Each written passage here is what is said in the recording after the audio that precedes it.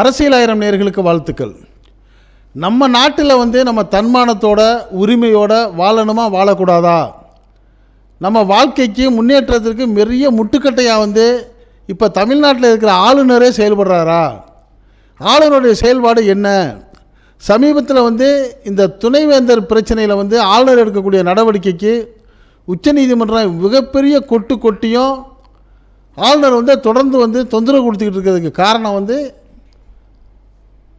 இந்தியாவில் உள்ள 140 கோடி மக்களில் கிட்டத்தட்ட 135 கோடி மக்களும் கல்வி படிக்கவே கூடாது, இவர்கள் கல்வியை பொருளாதாரத்தில் பின்தங்கி இருக்கணுங்கிற அந்த உள்நோக்கத்தோடு தான் செயல்படுறாங்க. அந்த செயல்பாட்டை எப்படியாச்சும் முறியடிக்கணும்னு சொல்லித்தான் தமிழ்நாடு கேரளா போன்றவங்க கொஞ்சம் அரசியல் விழிப்புணர்வோடு படித்த அறிவோடு செயல்படுறாங்க. இது பாஜக ஆர்எஸ்எஸ்க்கு பிடிக்கலை. எப்படியாவது பீகாரை போல் உத்தரப்பிரதேசத்தை போல் இந்த தமிழ்நாடும் கேரளாவையும் கல்வி இல்லாத வளர்ச்சி இல்லாத பொருளாதாரத்தில் வீழ்ச்சி உள்ள மாநிலமாக ஆக்கணுங்கிறது தான் ஆர்எஸ்எஸ் பாஜகவுடைய திட்டம். அந்த திட்டத்தை நிறைவேற்றுற ஒரு நபராகத்தான் RN ரவி அனுப்பப்பட்டிருக்காரு அப்படிங்கிற தகவலை பலரும் பல மாதிரி சொல்லியிருக்கிறாங்க. அதில் ஒருத்தர் சொன்ன ஒரு நிமிட செய்தியை நம்ம கேட்டுட்டு வீடியோக்குள்ளே போனால் நல்லாயிருக்கும். இப்போ அந்த செய்தியை கேட்போம். பட்டியல் பழங்குடி சிறுபான்மை மக்களிடம் இருக்கக்கூடாது, கல்வி அறிவு உயர்கல்வி அறிவு இருந்தா சிக்கல் அப்படின்னு எங்க மனுவில் எழுதி வச்சதை இன்னைக்கு அவங்க அமல்படுத்துறதுக்கான முயற்சியை பண்றாங்க. சூத்திரனுக்கு எதை கொடுத்தாலும் கல்வியை கொடுக்காத, சூத்திர வேதத்தை படிச்சா காதுல ஈயத்த காய்ச்சி ஊத்து அப்படின்னு தொடர்ச்சியா சொல்லி வச்சாங்க. 2000 வருஷத்துக்கு முன்னாடி சங்க இலக்கிய காலத்துல 40 பெண் புலவர்கள் இருந்த இடம் தமிழ்நாடு. கீழடியில பானையில எடுத்து அப்ப சாதாரண மக்கள் வரை கல்வி அறிவு இருந்துச்சு. ஆனா நம்ம தாத்தாவுக்கு அப்பாவோ படிக்கல. என்ன காரணம்? இடையில பார்ப்பனியம் நமக்கான கல்வியை தடுத்துருச்சு. அதை பார்ப்பனியம்னா இன்னைக்கு உள்ள RSS பாஜகவோட மூதாதையர்கள் பார்ப்பனர்கள் தான் நம்ம கல்வியை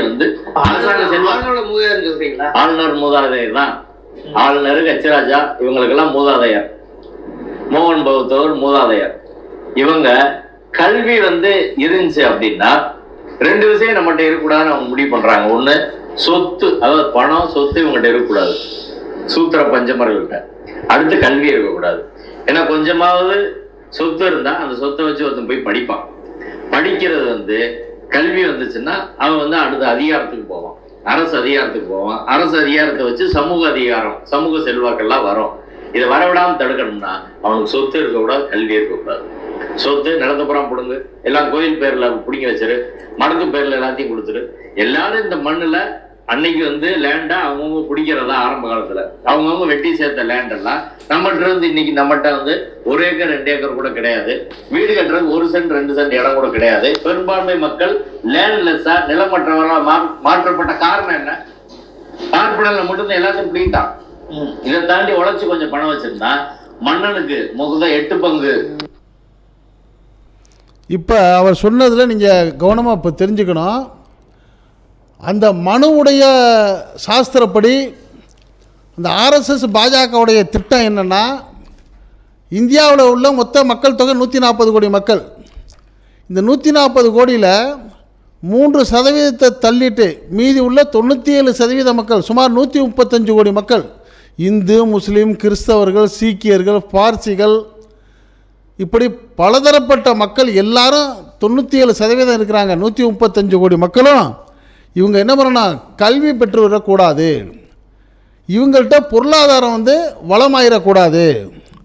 பணம் சொத்து கல்வி இவங்கள்ட்ட இருந்துச்சுன்னா இவங்க முன்னேறிடுவாங்க. இவங்களை எப்போவுமே அடிமையாக வச்சிருக்கணும். மனு என்ன சொல்லுது? சூத்திரன் கல்வி படித்தா அவன் காதில் ஈயத்த காய்ச்சி ஊத்துன்னு சொல்லிச்சுல, அதை நடைமுறைப்படுத்தணும். மற்ற மாநிலங்கள்லாம் நம்ம சாதிச்சிட்டோம், ஆனால் தமிழ்நாட்டிலையும் கேரளாவிலையும் அதை செய்ய முடியலை. கல்வி என்கிறது இந்த நாட்டில் பெரும்பான்மையாக இருக்கக்கூடிய பிற்படுத்தப்பட்ட பட்டியல் பழங்குடியினர் சிறுபான்மை மக்கள் இவங்கள்ட்ட இருக்கவே கூடாது. இவர்கள்ட்ட உயர்கல்வி இருந்தால் சிக்கல்ண்டு மனசாஸ்திரத்தில் எழுதி வச்சதை இன்னைக்கு அமுல்படுத்துறதுக்கு தான் RSS உடைய முயற்சின்னு சொல்லி இந்த கவர்னருடைய நடவடிக்கைன்னு சொல்லி பலரும் சொல்கிறாங்க. இப்போ பேசினவரும் அதை தான் சொல்கிறாரு. சரி, என்ன நடந்துச்சு? தமிழ்நாடு அரசு அனுப்பி வைத்த அந்த தீர்மானங்களையெல்லாம் இங்கே கவர்னராக இருக்கக்கூடிய ஆளுநர் RN ரவி, அவர் RSS சிந்தனை உள்ளவர்னு பலரும் சொல்கிறாங்க. அதையெல்லாம் அவர் ஒப்புதல் கொடுக்காம பெண்டிங்கிலே வச்சுருந்தார். அதே மாதிரி பல்கலைக்கழகங்களுக்கு கிட்டத்தட்ட ஒரு 8 பல்கலைக்கழகங்களுக்கு அந்த இணைவேந்தர் நியமிக்கிற துணைவேந்தர் நியமிக்கிற வேலையும் பெண்டிங் வச்சுருந்தார். இதையெல்லாம் தொடர்ந்து மனு செய்த தமிழ்நாடு அரசு, தமிழகத்துடைய முதல்வர் மு.க. ஸ்டாலின் அவருடைய அந்த தொடர் முயற்சியால் கடந்த ஏப்ரல் 8ஆம் தேதி உச்சநீதிமன்றம் ஒரு அருமையான தீர்ப்பு சொல்லிச்சு. இன்னொரு தீர்ப்பு என்னென்னா, இந்த ஆளுநர் எந்தெந்த தீர்மானத்தை எல்லாம் பெண்டிங் வச்சுருந்தாரோ அது நீங்கள் ஒன்றும் கையெழுத்து போடணுங்கிற அவசியம் இல்லை, நாங்களே சொல்கிறோம் அப்படின்னு சொல்லி என்ன பண்ணுச்சு, உச்சநீதிமன்றமே அந்த தீர்மானங்களுக்கு ஒப்புதல் கொடுத்தது ஒரு பக்கம் இருக்க, துணைவேந்தர்களை நியமிக்கிற அதிகாரம் அரசுக்கு தான் அப்படின்னு சொல்லி அந்த உச்சநீதிமன்றம் 2025 ஏப்ரல் 8ஆம் தேதி ஒரு தீர்ப்பு சொல்லுது. இந்த தீர்ப்பு இந்தியாவே எதிர்பார்க்கக்கூடிய ஒரு சிறப்பு தீர்ப்பாக இருந்துச்சு. இந்த தீர்ப்பு இந்த ஏப்ரல் 11ஆம் தேதியும் அரசியலில் வெளியாயிருச்சு. இது வெளியான உடனே ஏப்ரல் 16ஆம் தேதி மாண்புமிகு தமிழகத்துடைய முதலமைச்சர் மு.க. ஸ்டாலின் என்ன பண்ணுறாரு, துணைவேந்தர்களுடைய ஒரு கூட்டத்தை கூட்டி கல்வியை மேம்படுத்துறதுக்கு நீங்கள் என்ன செய்யணுமோ முறையாக அதை செய்யணும் ஒரு ஆலோசனை கூட்டத்தை நடத்துகிறாரு. இப்போ பல செய்திகள் வர்றதுக்கு முன்னே நம்ம உங்கள்கிட்ட வைக்கக்கூடிய தயவான வேண்டுகோள் என்னென்னா, இந்த வீடியோ விளையாட்டு வீடியோ இல்லை, பொழுதுபோக்கு வீடியோ இல்லை. இந்தியாவில் வாழக்கூடிய 135 கோடி மக்களுக்கும் ஜாதி மத மொழி வேறுபாடு இல்லாமல் நம்மெல்லாம் உணர்வோட மரியாதையோட சுயமரியாதையோட இந்த நாட்டில் வாழணும்னா இந்த RSS பாஜகவுடைய சதிகளை புரிஞ்சுக்கணும். அரசியலுக்கு அப்பாற்பட்டு நம்ம போராட வேண்டிய காலகட்டம் இது.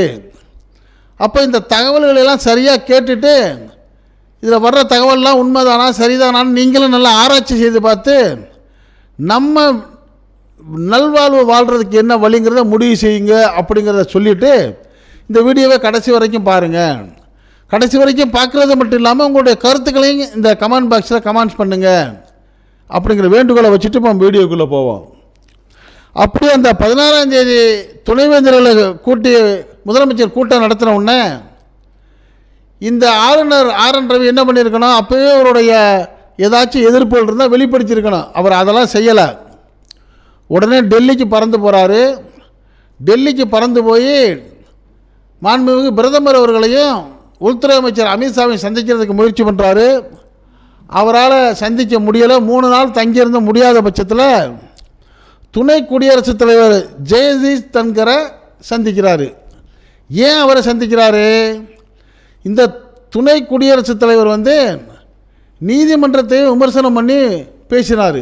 என்ன பேசினார், இப்படி சட்டங்களை எல்லாம் தீர்மானங்களெல்லாம் ஒப்புதல் கொடுக்கறது நீதிமன்றமாக இருந்தால் சட்டமன்றங்கள் பாராளுமன்றங்கள்லாம் எதுக்குன்னு சொல்லி நீதிமன்றம் சொன்ன தீர்ப்பை விமர்சனம் பண்ணி பேசியது. இந்த ஜெகதீப் தன்கருடைய பேச்சு இந்த RN ரவிக்கு பிடிச்சிருந்ததுனால 2 பேருடைய கொள்கையும் ஒன்றா இருந்ததுனால அவரை போய் வாழ்த்திட்டு என்ன பண்ணுறாரு, அவரை சந்திக்கிறாரு. அவரை சந்தித்து 2 பேரும் ஆலோசனை பண்ணிவிட்டு என்ன பண்ணுறாங்க, அடுத்த கட்ட திட்டமாக என்ன பண்ணுறாரு, RN ரவி தமிழ்நாட்டுக்கு வர்றாரு. வந்த உடனே ஒரு அறிவிப்பை வெளியிடுறாரு. என்ன அறிவிப்பு, வரக்கூடிய 2025ஆம் தேதி உதகையில் ஒரு கூட்டம் நடத்த இருக்கிறோம். அது என்ன கூட்டம், 25, 26ஆம் தேதி துணைவேந்தர்கள் மாநாடு நடைபெறும். பல்கலைக்கழக வேந்தராக ஆளுநரே தொடர்கிறார். துணைவேந்தர்களை நியமிக்கும் அதிகாரம் மட்டும்தான் அரசுக்கு அந்த உச்சநீதிமன்றம் கொடுத்துருக்கு அப்படின்ட்டு ஆளுநர் மாளிகை ஒரு அறிவிக்கை வெளியிடுது. அதாவது ஆளுநர் தன்னை பிரகடனப்படுத்திக்கிறாரு. துணைவேந்தர்களை நியமனம் பண்ணுற பவரைத்தான் அந்த சுப்ரீம் கோர்ட்டு முதலமைச்சருக்கு கொடுத்துருக்க ஒழிய நான் தான் துணைவேந்தராக நீடிக்கிறேன் அப்படின்னு இவர் சொல்லிக்கிறாரு. சரி நீடிச்சிங்க, அப்போ உங்களுக்கு என்ன வேலை அப்படிங்கிற கேள்வி வருதுல. அரசுங்கிறதும் முதலமைச்சருங்கிறதும் மக்களால் தேர்ந்தெடுக்கப்பட்ட ஒரு பிரதிநிதிகள். ஆனால் ஆளுநர் நீங்கள் அப்படியா, உங்களுக்கு யாராச்சும் ஓட்டு போட்டு கொண்டு வந்திருக்காங்களா? இல்லை, நீங்கள் நியமிக்கப்பட்டவர். அப்போ நீங்கள் ஏற்கனவே என்ன பண்ணியிருக்கணும், தமிழ்நாட்டு இங்கே எங்கே ஆளுநராக இருக்கிறையோ அந்த ஆளுநர் அந்த ஆளுநர் வாழக்கூடிய அந்த மாநிலத்தில் ஒரு மாநிலத்தின் வளர்ச்சிக்கு துணையாகத்தான் இருக்கணுமே தவிர தடையாக இருக்கக்கூடாது. உச்சநீதிமன்றம் ஆளுநரை பார்த்து கொட்டுது. அரசியல் ரீதியான விஷயங்களுக்கு அந்த ஆளுநர் அந்த மாநிலத்தையோ பல்கலைக்கழகங்களையோ பயன்படுத்தக்கூடாது. ரெண்டாவது கொட்டு. இனிமே இந்த துணைவேந்தர்களை நியமிக்கிற அதிகாரம் அந்த மாநில அரசுக்கு தான் இருக்குது, முதலமைச்சருக்கு தான் இருக்குன்னு போட்டது மூணாவது கொட்டு. இப்படியெல்லாம் சொன்ன பிறகு இவருக்கு என்ன பவர்? ஒன்றுமே கிடையாது. அப்போ எதுக்கு ஆளுநர்னு நீங்கள் கேட்கலாம். அது ஒரு கௌரவ பதவி. இப்போ பல்கலைக்கழக பட்டம் வழங்குவாங்கள்ல, அப்போ அந்த கோட்டை கலர் கலராக மாட்டிக்கிட்டு உட்காந்துருப்பாங்கள்ல, அந்த போஸ் மட்டும்தான் இவர் கொடுக்கலாம், வேறு எதுவும் இவர் செய்ய முடியாது. இப்படி இருக்கிற கட்டத்தில் இவர் தன்னுடைய எனக்கு நான் இதில் இருக்கிறேன், நான் தான் வேந்தருங்கிறத வெளிக்காட்டுறதுக்கு தான் என்ன பண்ணுறாரு, வரக்கூடிய 25, 26ஆம் தேதி குழு ஊட்டியில் கூட்டத்தை ஏற்பாடு பண்ணியிருக்காரு. இப்போ இந்த கூட்டத்துக்கு யார் போவாங்க? தமிழ்நாட்டில் மொத்தம் 22 பல்கலைக்கழகங்கள் இருக்குது. அந்த 22 பல்கலைக்கழகங்களில் 10 பல்கலைக்கழகங்களுக்கு துணைவேந்தர்கள் இருக்கிறாங்க. 8 பல்கலைக்கழகங்களுக்கு துணைவேந்தர் நியமிக்கப்படாமல் பெண்டிங்கில் இருக்குது. 2 பல்கலைக்கழகங்களுக்கு உயர்நீதிமன்றத்துடைய தலைமை நீதிபதி தான் அதாவது வேந்தர்கள். இன்னும் 2 பல்கலைக்கழகங்களுக்கு ஆளுநர் சம்பந்தப்பட்ட மத்திய அரசுடைய வேந்தர்கள். இந்த நிலைமையில் 8 பேர் இல்லை, இருக்கிற 10 பேரும் தமிழ்நாடு முதலமைச்சருடைய கட்டுப்பாட்டு கீழே இருக்கிற மாதிரி தான் அர்த்தம். எப்படி இந்த துணைவேந்தர்களை நியமிக்கிற அதிகாரம் அரசுக்கு இருக்குன்னு உச்சநீதிமன்றம் சொல்லிச்சோ, அதே போல் இந்த துணைவேந்தர்களுடைய பதவி நீக்கம் பண்ணுற பவரும் இந்த அரசுக்கு இருக்குது. அப்போ இப்போ என்னாச்சு, இப்போ வரக்கூடிய அந்த 25, 26ஆம் தேதி இந்த 10 துணைவேந்தர்கள் அந்த மாநாட்டுக்கு போனாங்கன்னு வச்சுங்க, முதலமைச்சர் மாண்புமிகு முதலமைச்சர் நினச்சா அரசு நடவடிக்கையாக சட்ட ரீதியான நடவடிக்கை எடுத்து அந்த துணைவேந்தருடைய பதவியை பறிக்க முடியும். அப்போது ஊட்டிக்கு போனால் டியூட்டி காலின்னு சொல்லிடுவாங்க. அதனால் பெரும்பாலும் போகிறதுக்கான வாய்ப்பு கிடையாது. அப்புறம் இந்த மாநாட்டில் அவர் வெறும் காலிச்சேரை பார்த்து தான் RN ரவி பேச போகிறாரு. இப்படி காலிச்சேரை பார்த்து பேச போகிற அந்த கூட்டத்துக்கு குடியரசு துணைத் தலைவர் ஜெகதீப் தன்கரை கூட்டிகிட்டு ஒரு பெருசாக பிரபகண்டா காட்டுற இந்த RN ரவி சொல்கிறாரு, நாங்கள் ஒன்றும் இப்போ புதுசாக நடத்தலை, ஏற்கனவே நாங்கள் 3 வருஷம் நடத்திருக்கிறோம், இந்த 4வது வருஷங்கிறாரு. ஏற்கனவே எப்போ இந்த 3 வருஷம் நடத்தினார்?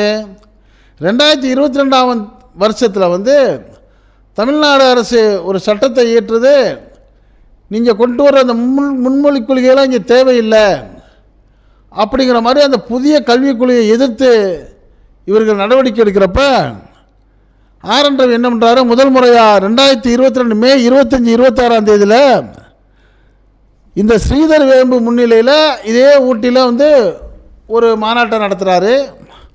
அடுத்து 2023 ஜூன் 5, 2024 மே 27, 28 இப்படி ஒரு புதிய நடைமுறையை அவர் ஏற்படுத்தி அதில் என்ன பண்ணுறாரு, புதிய கல்விக் கொள்கையை அமல்படுத்த வேணுங்கிற அந்த உரையை நிகழ்த்துறாரு.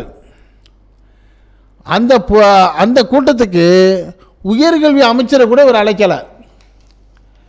இப்போ எல்லாருக்கும் ஒரு கேள்வியும் சந்தேகம் என்னென்னா, இப்போ தான் நம்ம சப்ஜெக்ட்டுக்கு வர்றோம், எதுக்காக இப்படி பல்கலைக்கழகங்களில் ஆளுநர் டார்ச்சர் பண்ணுறாரு, இதனால் அவருக்கு என்ன லாபம், மக்களுக்கு என்ன லாபம், ஒன்றிய அரசுக்கு என்ன லாபம், மாநில அரசுக்கு என்ன நஷ்டம் அப்படிங்கிற கேள்வி உங்களுக்கு வருதுல்ல.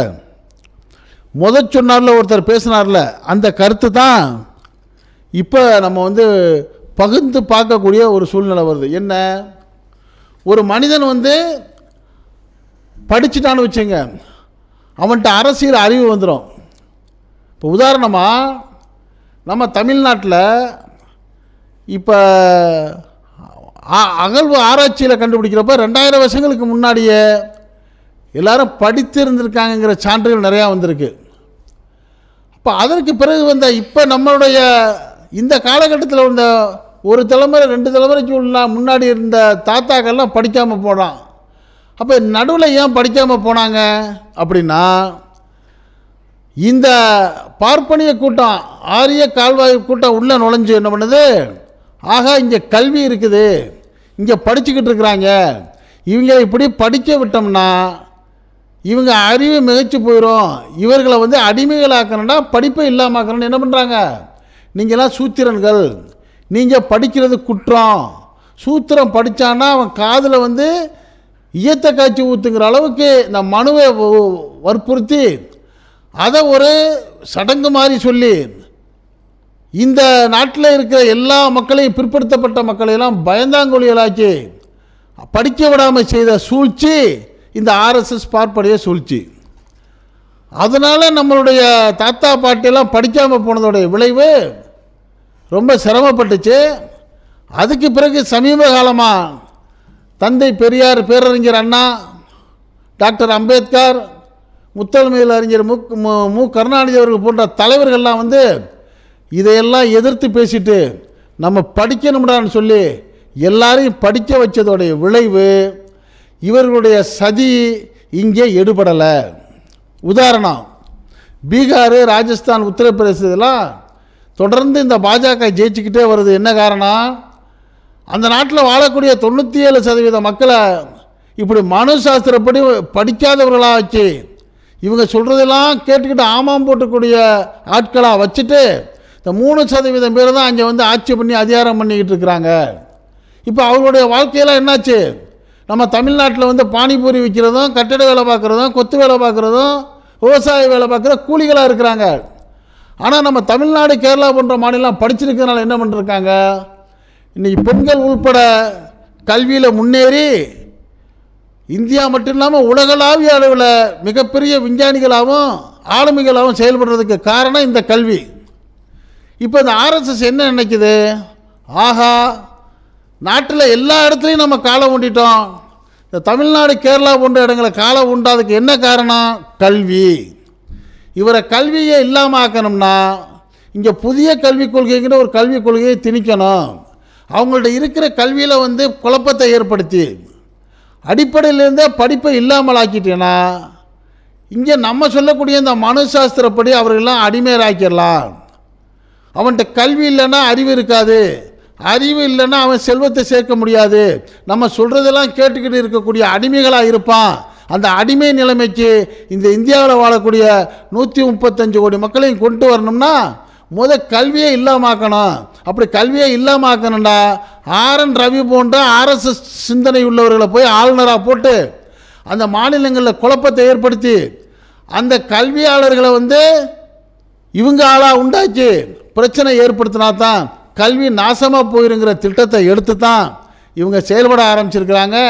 இதையெல்லாம் புரிந்து கொண்ட தமிழ்நாட்டு அரசியல்வாதிகள், தமிழகத்துடைய முதலமைச்சர் மு.க. ஸ்டாலின் உள்ளிட்ட அந்த நம் நாட்டை காப்பாற்றணுங்கிற சிந்தனை உள்ள எல்லாரும் இப்போ ஒன்று செஞ்சு என்ன பண்ணுறாங்க, ஆகா இதில் நம்ம கட்சி அரசியல்லாம் பார்க்கக்கூடாது, நம்ம தமிழ்நாட்டு மக்களுக்கு வந்து கல்வியை வந்து நிலைநாட்டணும்.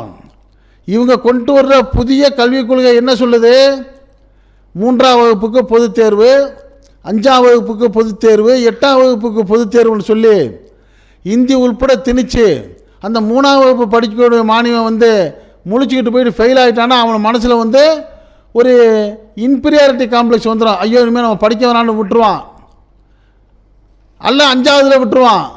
அப்போ அதுக்கு மேலே அவன் படிக்கலன்னா என்ன சொல்லுது இந்த பாஜகவுடைய திட்டம், படிக்கலாம் நீ கவலைப்படாதப்பா, உங்கள் அப்பா செய்கிற தொழிலை பாரு, உங்கள் அப்பா வந்து ஆசாரியா மர வேலையை பாரு, கொத்தனாரா கட்டட வேலையை பாரு, கூலி வேலை பார்க்குறவரா மூட்டை தைக்கிறதுக்கு போ, சவரம் பண்ணுறவரா சவரம் பண்ணு, துணி துவைக்கிறவரா துணி துவை, இப்படி உங்கள் அப்பா செய்கிற தொழிலை பார்ப்பா, நாங்கள் வேணாலும் அதுக்கு உதவித்தொகை பண்ணுறோன்னு சொல்லி கல்வியை மழுங்கடித்து அந்த பழைய காலத்துப்படி அந்த குலத்தொல்வி திட்டத்துக்கு கொண்டு போகிற முயற்சியை எடுக்கிறதுக்கு ஆளாக இந்த ஆர்.என். ரவி போன்றவர்களை பயன்படுத்தி இவங்க செய்யக்கூடிய சூழ்ச்சியை நம்ம முறியடிக்கணும்னா இந்த தமிழ்நாட்டில், கேரளாவில், அதே போல் இன்னும் இந்த வெஸ்ட் பெங்கால் போன்ற மாநிலங்களும் சுதாரிச்சுக்கிட்டாங்க. எல்லா மாநிலங்களும் சுதாரித்து நம்மளுடைய அந்த மாநில உரிமையை, அந்த மொழியை காப்பாற்றணும். உள்ளே நுழைய பார்க்குற இந்த இந்தியை விரட்டி அடிக்கணும். நாட்டில் உள்ள 97% மக்களுடைய கல்வியை பறிக்க நினைக்கிற அந்த பாசிச ஆர்எஸ்எஸ் பாஜகவுடைய கொள்கையை முறியடிக்கணும்னா இங்கே பாஜகவை கால் ஊண்டவே விடக்கூடாது. அதற்கு துணையாக இருக்கக்கூடிய கூட்டணி கட்சி யாராக இருந்தாலும் அவங்கள டெபாசிட் இழக்க வைக்கணுங்கிறது தான் ஒரு உறுதியான முடிவாக இன்றைக்கி எடுத்து எல்லோரும் ஒன்று சேர்ந்துருக்கிறாங்க. இதை எப்படியாவது கலைக்கணும்னு முயற்சி பண்ணாலும் அதற்கெல்லாம் வாய்ப்பில்லை ராஜான்னு சொல்லி திமுக தலைமையிலான அந்த கூட்டணி இங்கே உறுதியாக இருக்கிறதுக்கு ஒரு பக்கம் அரசியல் காரணம் என்றாலும் இன்னொரு முழுமையான காரணம் நம்ம நாட்டில் வாழக்கூடிய மக்களுடைய உரிமையை நிலைநாட்டுறது, இந்த மனுவுடைய திட்டத்தை முறியடிக்கிறதுங்கிறது இதுதாங்கிற செய்தி பரவலாக இப்போ பேசப்படுது. இதைகளெல்லாம் நீங்கள் புரிஞ்சுக்கிட்டு இதையெல்லாம் நீங்கள் அலசி ஆராய்ஞ்சு பார்த்து நம்மளுடைய பிள்ளைங்களுடைய கல்வியை, நம்ம மாநிலத்தை, நம்ம பொருளாதாரத்தை காப்பாற்றிக்கிறதுக்கு உள்ள வழிக்கு நீங்கள் முயலணுங்கிற ஒரு நல்ல செய்தியை தான் இந்த காணொலி மூலமாக சொல்கிறோம். இது பற்றிய உங்களுடைய கருத்துக்களை நீங்கள் இந்த அரசியல் கமெண்ட் பாக்ஸில் கமெண்ட்ஸ் பண்ணுங்கள். இந்த செய்தி பிடிச்சிருந்தா இதுக்கு ஒரு லைக் கொடுங்க. இது போன்ற அரசியல் செய்திகள் உள்ளபடி நாட்டில் 4 பக்கம் நடக்கக்கூடிய செய்திகளை உங்கள் வீட்டுக்குள்ளே 4 சுவர்களுக்குள்ளே கொண்டு சேர்க்கக்கூடிய நம்ம இந்த அரசியல் 1000 சேனலுக்கு இதுவரை சப்ஸ்கிரைப் பண்ணாதவங்க சப்ஸ்கிரைப் பண்ணுங்கள். மறக்காமல் பக்கத்தில் இருக்க பெல் ஐக்கானை கிளிக் பண்ணுங்கள். அப்போ தான் நம்ம போடக்கூடிய ஒவ்வொரு வீடியோவும் உங்களுக்கு நோட்டிஃபிகேஷன் காட்டும். விரும்பியதை பார்க்கலாம். என்று இணைந்திருப்போம். நன்றி, வாழ்த்துக்கள்.